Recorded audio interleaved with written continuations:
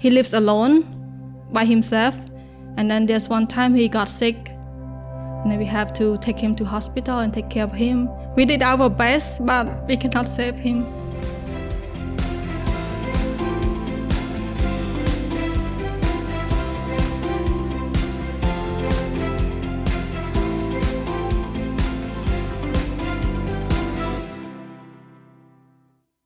Welcome to the ICF Cambodia podcast. Today I have Makara with me, and today you will learn a lot about her history, her story, her journey, and most of all, I am really thankful that I got to know you.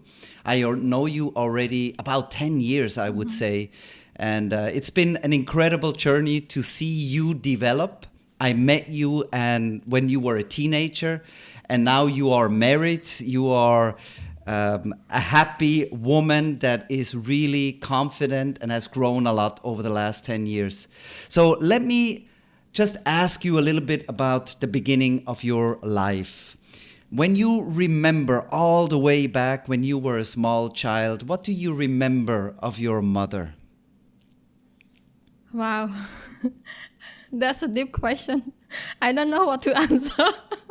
Like when you think about a memory that you have, the earliest, thinking about your mother, what would that be?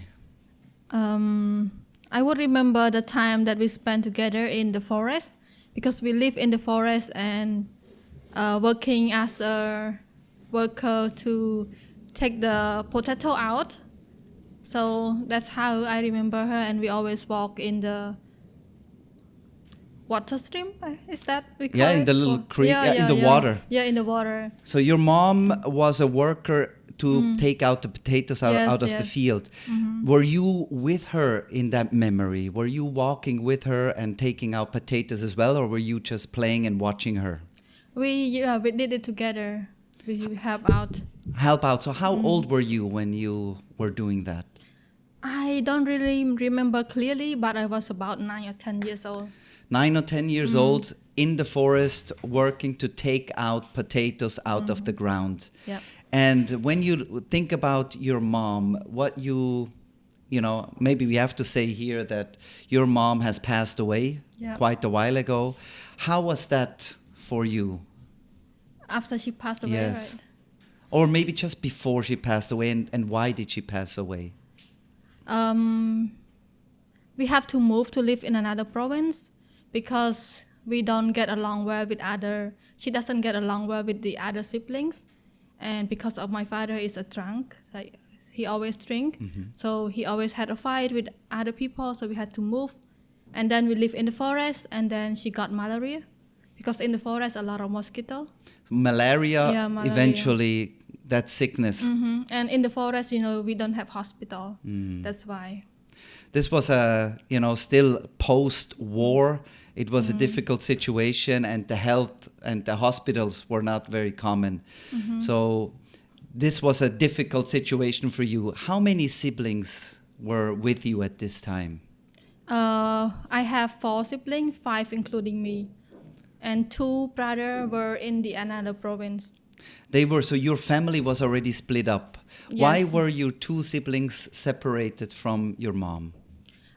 Because my mother has 2 husbands, and our 5 siblings is the second husband, and the 2 older brothers is the first husband, and they are closer to my uncle and aunties. Mm-hmm. That's why they live over there, and we have to move away. So when your mom passed away, and all you had was your dad, who was a drunk, what happened? So after my mom passed away in that province, we have to move to live in Siem Reap, to live with my grandmother, which is my dad's mom. And then when I met you, you were in an orphanage. Mm-hmm. How did that happen? Yeah, my grandmother, for a few years, she passed away, and my uncle cannot afford to raise us 5. So that's why he put us in an orphanage, like 5 of us together. Mm-hmm. That's how I met you. You were in an orphanage, and the orphanage leader brought you to, and all the others, to ICF. And I met you as a young teenager. And I felt like a real connection with you and also with your story. I thought, whatever I can do, I would love to help. Now, seeing that, you still had some kind of relationship with your dad. What happened with your dad a few years later? Well, our sibling is not really close to our father. It's like because he always drink and fight with my mom and hit my mom a lot, so we don't really like him. So we live in an orphanage and he live in another place, and he lives alone by himself. And then there's one time he got sick, and then we have to take him to hospital and take care of him. And after a while, he passed away. I remember you were in that hospital. Oh man. and even though you had not a good relationship with your dad, you spent all the saved money that you have to take care of him. We did, yes. We did our best, but we cannot save him. I was really moved by that, and I really feel, even though if a family is broken and difficult, we are still family. We still care for each other. You were able to complete high school. You were able to even do the university, and alongside you were always a volunteer at ICF and eventually an employee. How much did it mean to you to have a new family with the ICF family? Like, I feel like I don't always have like a home or a real family, but when I meet ICF, I feel like they are really friendly, they are welcoming, and this is like a second family to me, and it's changed me a lot. How would you say it changed you? What changed for you?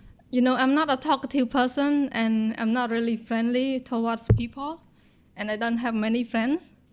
But when I come to ICF, I know more people. I get to talk to foreigner and make new friends, and especially I become more brave and doing translation on stage. This is like totally new to me. It just changed my whole life.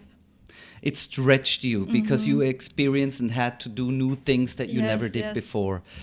You are working in the social media, digital media department here at ICF. Is this something that you are passionate about, and why are you passionate about this? Well, in the beginning, I volunteered in the translation team and in programming.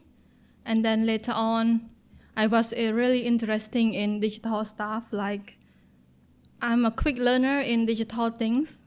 So it's a really good start to start with what I like. So this is why I start with the marketing thing. So you're definitely a quick learner, and you're I like digital stuff. Yes, you're doing the social media, you know all the programs, you are hosting the websites, you are very smart in that area. Even though you did not go to school, you learned everything here you went to school, but you didn't go to school to learn that digital stuff. You learned it here in ICF.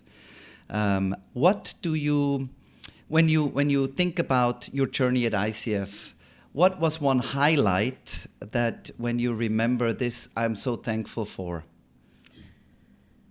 I would say that my friend brought me to ICF on the Water Festival.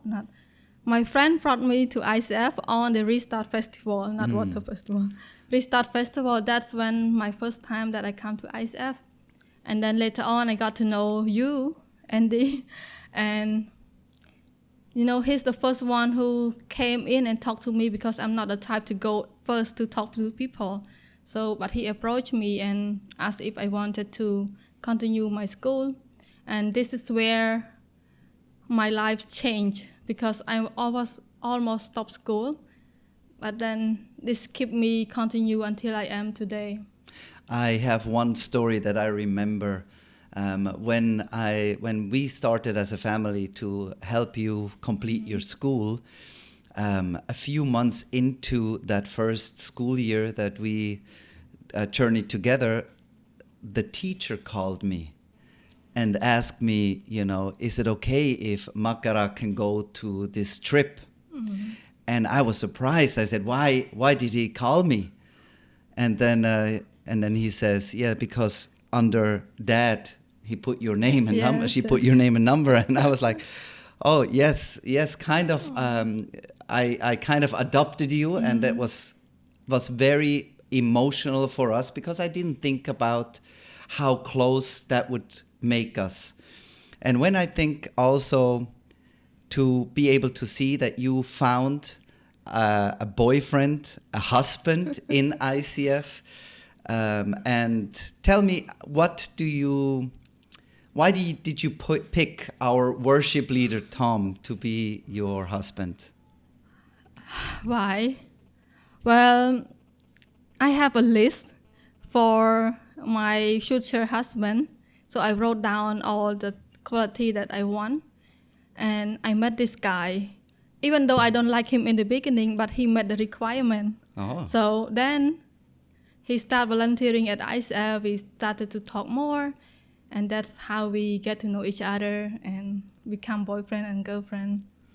I thought that was so great because he also grew up in an orphanage. Yes, he is. And the first time we had the conversation, Sopal, I, and you and Tom, we realized this is such a great fit because your history, his history, you understand each other. Both have difficult family backgrounds, but have found a home in ICF and now journey together. Now you already married, how many years? 2 years. 2 years. And what is the latest highlight of your marriage? Can I say that? I don't know. You don't know? I don't know. But we can announce that there is something new coming. Yes.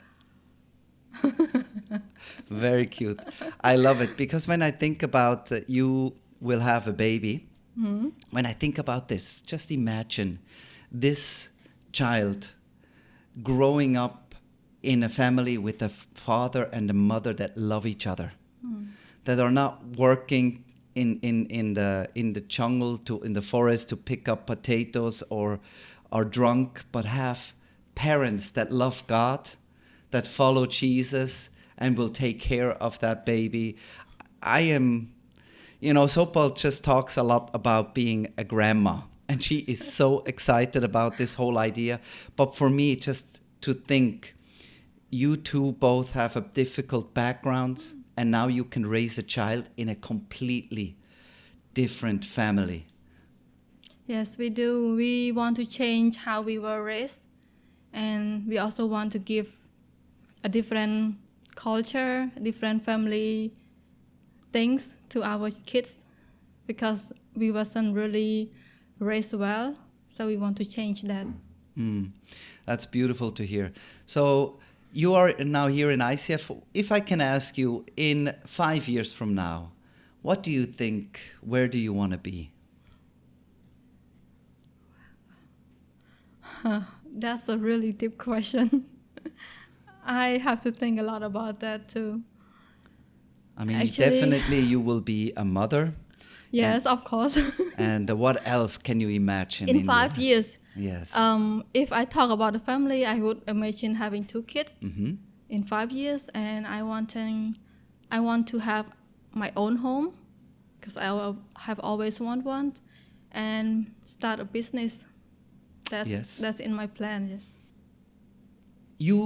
You also see many children coming to ICF and teenagers coming to ICF. What do you think about them and how ICF can help them? Yes. When I was a kid, I once always go to church for snacks and gift on Christmas and food and stuff like that.